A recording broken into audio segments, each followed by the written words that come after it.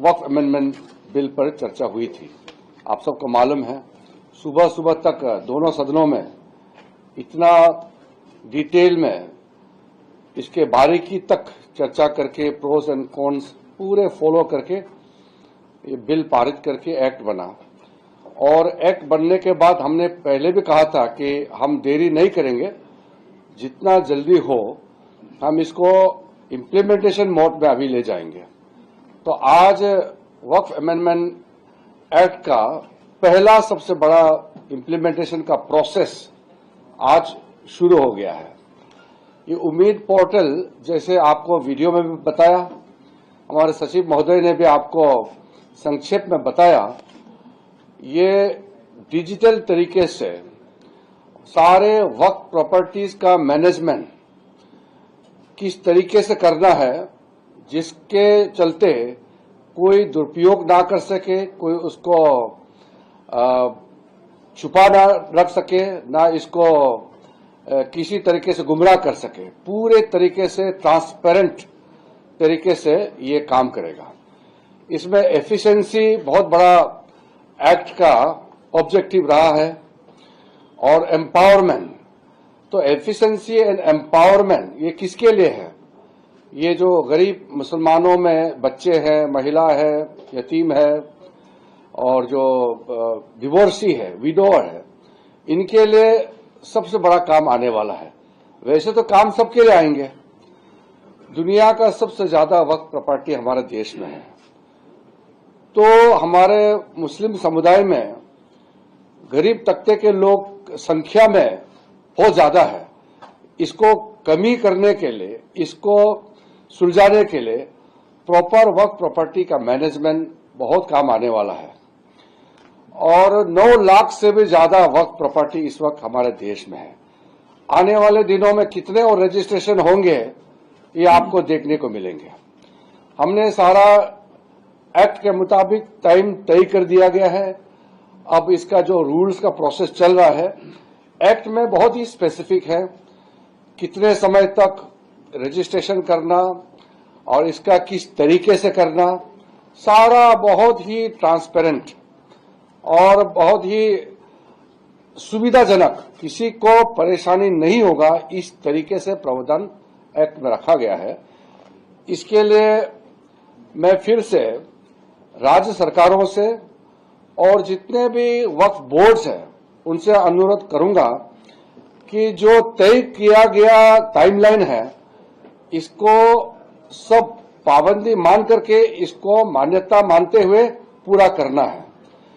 क्योंकि अगर हम समय पर काम नहीं करेंगे तो फिर उसका एक्सटेंशन करने के लिए ट्राइब्यूनल के पास जाना, फिर रिलैक्सेशन करवाना, ये बिना मतलब का झमेला पैदा हो सकता है। इसलिए कानूनी तौर पर जो भी एक्ट में प्रावधान रखा है उसके मुताबिक टाइमलाइन को सब मेंटेन करें।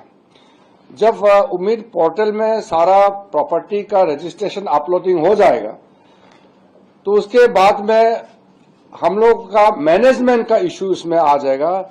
मेरे पास कुछ स्टेट का वक्फ बोर्ड के प्रतिनिधि ऑलरेडी अप्रोच किए हैं।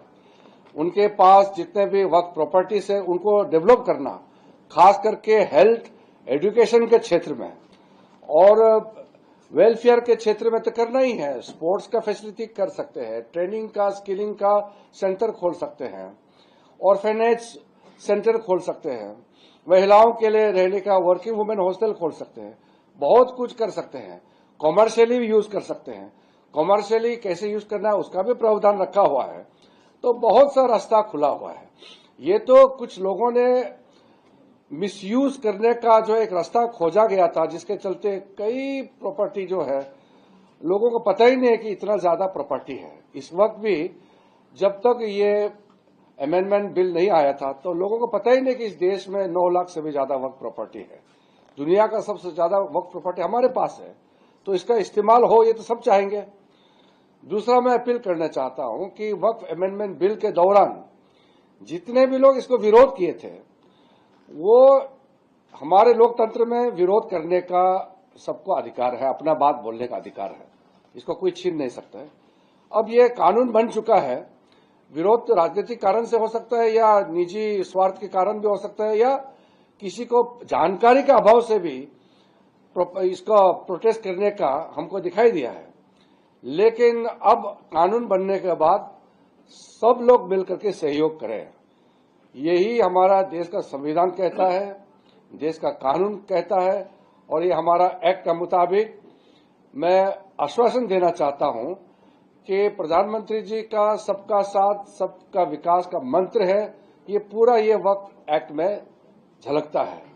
इसमें हम बाकी समुदाय आगे बढ़ेंगे, करोड़ों मुसलमानों में गरीबी के नीचे दबे रहेंगे, ये तो हम मंजूर नहीं हो सकते हैं। कैसे हम मानेंगे कि इतने करोड़ों मुसलमान गरीब रहेंगे, इतना प्रॉपर्टी जबकि मौजूद है। इसलिए प्रॉपर्टी का प्रॉपर मैनेजमेंट ही हमारा प्राथमिकता और हमारा लक्ष्य होना चाहिए सबका। इसलिए राज्य सरकारों से भी हम सहयोग चाहते हैं। आज ये उम्मीद पोर्टल लॉन्च करने के बाद हम लोग फॉलोअप भी करेंगे और हमारा मंत्रालय ने बहुत मेहनत किया है। ये पोर्टल लॉन्च करने से पहले जो इसका प्रिपरेटरी वर्क्स जितना भी स्टेट के लोगों से बातचीत किया है, पूरा टीम और जो ट्रेनिंग करवाया गया है, सेंसिटाइज कराया गया है, ये बहुत इसका पीछे ताकत लगाया है, जान लगाया है, मेहनत किया है। इसलिए मेरे पूरे ऑफिस में जितने भी अधिकारी हैं, हमारे सेंट्रल वर्क काउंसिल के जो अधिकारी हैं और हमारे जितने भी स्टेट के वक्फ बोर्ड के सदस्य हैं, राज्य सरकारों के जो नुमाइंदे हैं, सबको मैं बधाई